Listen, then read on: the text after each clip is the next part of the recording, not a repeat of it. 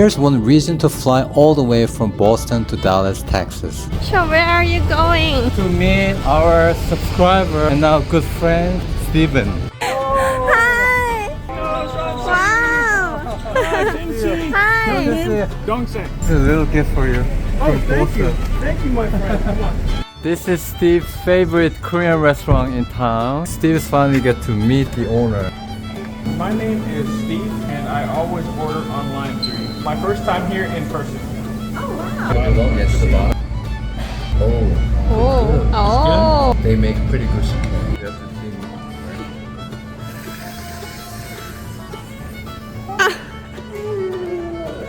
Oh no. That's amazing. My grandma was like, That's amazing. I've never seen that before. I used to be a Sunday school teacher. That's why I do a lot of magic tricks. You have to keep their attention when you're teaching Sunday school. Kid just came up to me like, teacher, show us magic. How spicy do you want? And then you have to mix it up. I love the sizzling sound. Love it. Thank you, honey. It's hot. Is this good? Pleasant spicy. So I guess I have a pepper mouth. Delicious Korean meal. As you can see, this is one of the hottest Texas barbecue spots in Dallas. From the sausage offered to customers waiting in line, tastes good, right? To the authentic Texas style ambience, this place had us excited even before we sat down. Can you chop it while you slice, like after you cut it? Thank you. Yeah. And here's Texas hospitality at its best. We were excited to finally try some Texas barbecue, and it looked amazing. Cheers with this one. Cheers. It's good, right? It's not too spicy. I like that. This is delicacy. Good, right? Yeah. It's called Texas Twinkie. Thank you, Steven. Real Texas barbecue. Wow. Outside of Korea, this is the best barbecue. Then our conversation shifted to Korea. What do you like about Korean drama?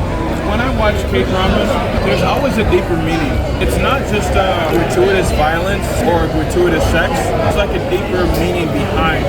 If you have a scene, then maybe 5 episodes later, there will be the reason behind the scene will be shown.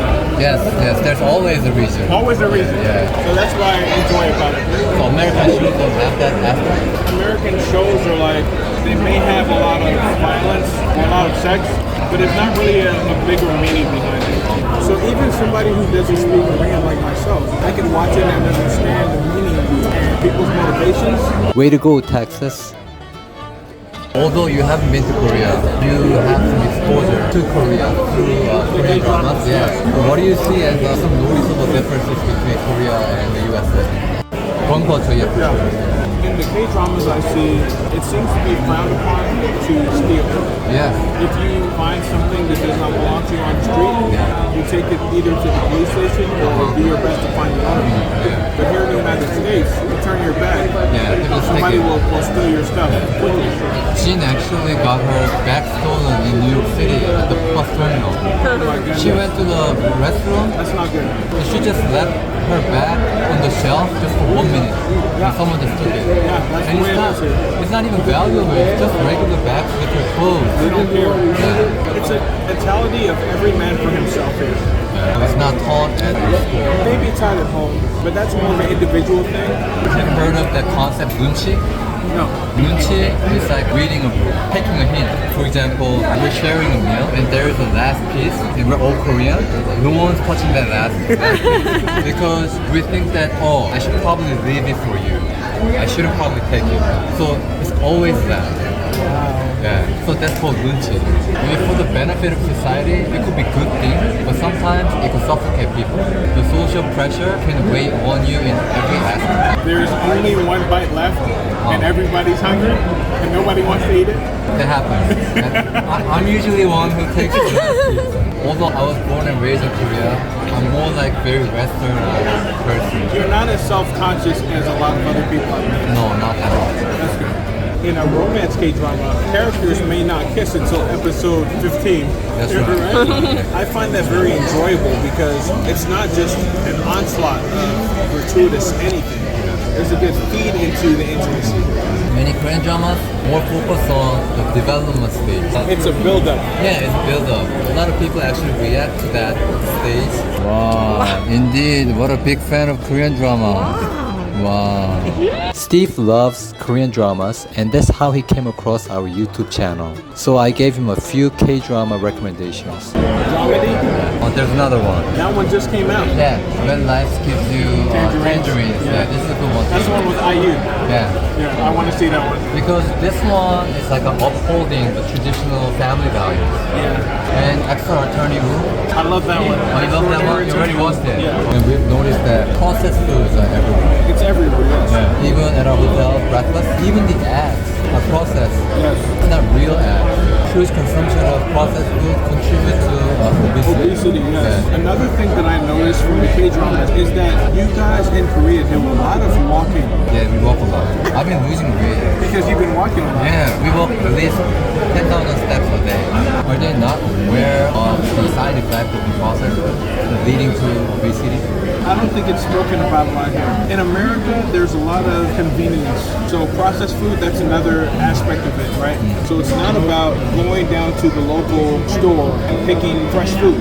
It's all about convenience. It's difficult to avoid processed, unfortunately. Okay. And also pharmaceuticals. If somebody gets sick and they go to the doctor is not very often going to prescribe a lifestyle change. Doctor will likely prescribe a pill, which is another form of convenience, right? You take a medication every morning, continue living the way you want to live. Changing your lifestyle is a lot more effective than having to stay on a medication for a long time. Here in the States, good content promoting the good health habits or the diet Yes. needs to be widespread. I think so. Why don't you start? More people need to talk about health. Is the drinking culture in Korea as intense as it's shown in the K-dramas? It is, definitely it is. I used to drink a lot too. After I developed my faith as a born-again Christian, I no longer drink. Maybe a sip, a pint of beer, that's it. I would drink to get drunk. No, not at all. It's part of culture. After work, people get together to socialize. That social bond gets carried over to work. So if you decide to opt out of the company dinner, then you're like outcast. Really? Oh, yeah. So they'll give you peer pressure for not engaging. Society has changed a lot recently, but it used to be that you are dragged into a company dinner after work. It's like mandatory. Your boss calls it out on the same day. There's a company dinner tonight, but you have no choice to opt out. If you do opt out, in your next promotion, you're out. Oh no. Yeah, it used to be that way, but it's changing. Yeah, so the degree of heavy alcohol consumption is yes true, but there's a lot of social aspect to it. Asian flush? You start sweating profusely. Yeah. More like a allergic reaction to alcohol. Yes, some people have it. Not every Asian. A lot of Koreans actually take alcohol very well. Yeah. If you were peer pressured into engaging in this after work alcohol culture and you have Asian flush, would that be an excuse? Or No. No? No, your boss or your coworkers used to push you to that extent situation where you feel like you vomit. Oh no. It used That's to be. not good. Yeah, it's not good at all. But these days, the heavy drinking culture has diminished. People drag you to the company dinner, but they sort of encourage you to drink more. But that's it. If you can't drink, if you say, I can't take it anymore, then just people leave Leave you. you alone. Interesting. Interesting, right? This drinking culture is depicted in K-dramas. They invite you to their wedding. Are you supposed to bring a certain monetary amount? Yes. Yes. It's a courtesy too. So would it be a good idea to refuse the invitation if you're not prepared to bring money? No, it's also not polite to refuse it. And on your face, right? You have to come if you're invited. No, it's not that. But like, You have to bring money if you're I'll invited. think of it this way. I also talked about this issue in our video too. Yeah, we put together a separate video talking about marriage and relationship.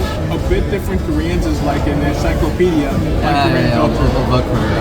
If you think about the degree of your relationship with the person, if you think that you're gonna stick around in the company for a while, and you probably have to see that person for a while, then most likely you have to go. So what is the minimum amount that you're supposed to pay? Okay, it's very debatable, but these days, the minimum, regardless of the relationship, is $70. If you're really close to that person, 20만 원, $160, up to $260. Wow, that's very interesting. But you'll get it back. How do you get it back? This 축의금, helping each other on big family events. So it's not only for the wedding, it's also for your family funeral. If your parents pass away and you invite people and they bring money to you. So the spirit is to help you out financially because important family events accompanies financial burden. So it's almost like community building. Exactly. So people help out each other. This old tradition stems from Joseon dynasty, like 600 years old, long-lasting tradition. So it sounds like there are not very many loners in Korea.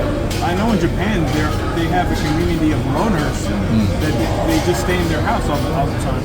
Do you have anything like that in Korea? Not as much as Japan, but there's a growing number of young Koreans in their 20s who refuse to socialize, who voluntarily isolate themselves from the world. They just avoid everybody. And that has a lot to do with the mentality and also financial burden. This community building thing, I didn't think about how it can be a problem when you don't have the money to pitch in. Yeah. So you might just isolate yourself Yeah. to avoid having to be shamed for not having enough money. The reason why I mentioned you will get it back eventually is because even if you're a married person and you're invited to someone else's wedding, right, you already passed that wedding stage, right? But when your son and daughter gets married, that's when you're ready. Cooper, do you want a treat? Watching K-drama with Steve. While watching K-dramas with Steve, we got to share some background insights. Not so. That's all. Very cool building. Usually comes from. So this is basically saying that he lives in a corner. Yeah, so that is a symbol. Yeah. He's almost trapped. He's gonna throw his future away from him. He's got all his footprint all over him. Pretty much. I see. Oh, that's cute. Huh. So cute. Oh, King. We've visited this historic district, once a major livestock market, now a lively spot with daily cattle drives showcasing Texas cowboy heritage.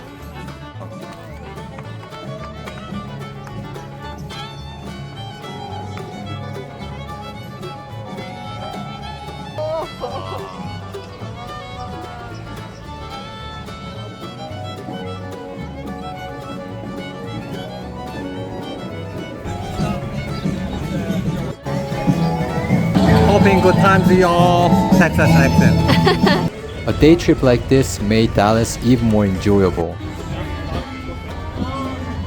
In the K-dramas, sometimes I see people will set you up to be sued.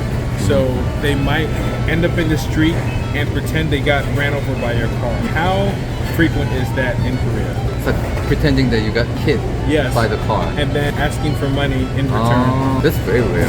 Over dramatized in dramas. But that happens sometimes.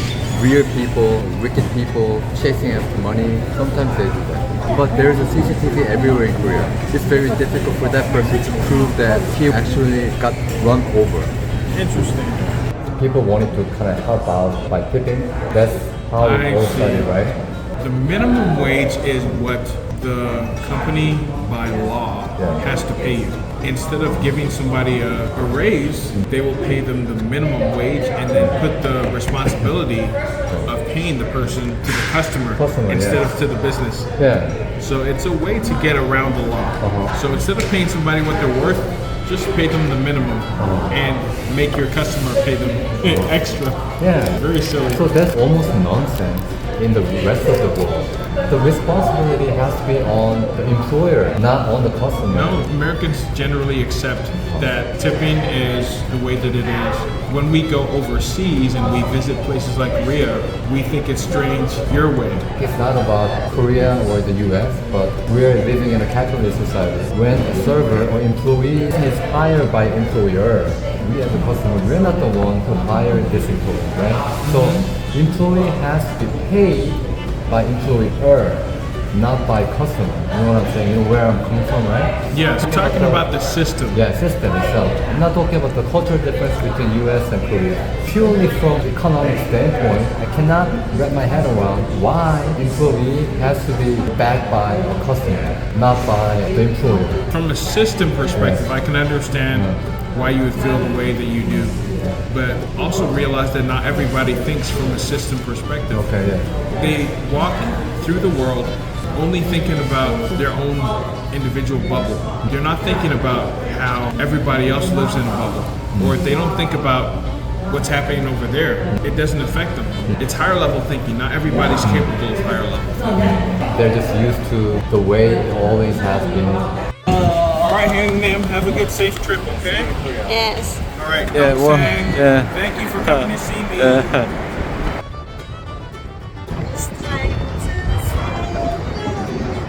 Time to say goodbye. Bye-bye.